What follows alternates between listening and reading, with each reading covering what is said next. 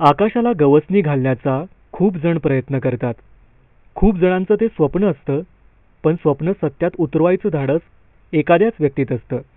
अशाच व्यक्तीत मातृप्रेम अगदी ठासून भरलेलं असतं, मग ते स्वतःच्या आईविषयी असो की मायभूमीविषयी. असाच एक देशभक्त जन्मला नाशिक जिल्ह्यातील बागलाण तालुक्यातील डांग सौंदाणे गावी. भारतीय प्रजासत्ताक दिनी म्हणजे 26 जानेवारी 1985ला सोनवणे परिवारात जन्मलेल्या या भूमिपुत्राचं नावही मात्यापित्यानं विजय असं ठेवलं. 12वीपर्यंत गावी शिक्षण घेतल्यानंतर मायभूमीसाठी काहीतरी करण्याची उर्मी विजयला स्वस्थ बसू देईना. म्हणूनच अवघ्या 18व्या वर्षी विजय भारतीय सैन्य दलात भरती झाले. सुरुवातीला जम्मू काश्मीर आणि अन्य ठिकाणी सेवा बजावल्यानंतर लेह लडाख सारख्या ठिकाणी उत्तुंग कामगिरी बजावणाऱ्या विजय सोनवणे यांना लष्करानं विविध पदकं आणि सन्मानांनी गौरवलं होतं.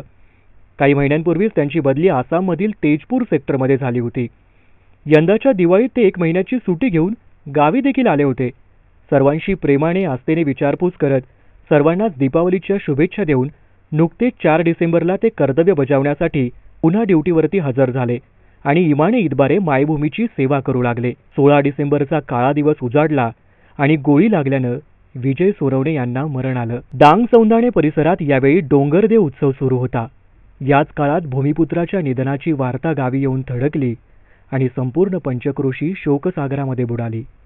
मंगळवारी सायंकाळी त्यांचं पार्थिव गावी आणण्यात आलं. मुख्य बाजार समितीच्या आवारात त्यांच्या अंत्यसंस्कारासाठी चबुतरा बांधण्यात आला होता. जवान विजय सोनवणे यांचं अंत्यदर्शन घेण्यासाठी पंचक्रोशीतील नागरिकांनी रीघ लावली होती. यावेळी विजय सोनवणे यांच्या पार्थिवावर अंत्यसंस्कार करण्यात आले. विजय सोनवणे हा लहानपणापासून आमच्या बरोबर शाळेत असताना नेहमीच तो एक कुठल्या तरी कामासाठी त्याला कायम स्फुरण असायचं आणि 12वीपर्यंत तो आमच्याबरोबर असताना त्याने डांग सौंदाण्याला आम्हा सगळ्या सहकाऱ्यांना घेऊन छावा मित्रमंडळ स्थापन केले. त्या माध्यमातून त्याने 11 वर्षे गणपती मंडळ चालवले. यानंतर तो हे मंडळ चालवत असताना मिलिटरीच्या भारतीय लष्कराच्या सेवेत दाखल झाला.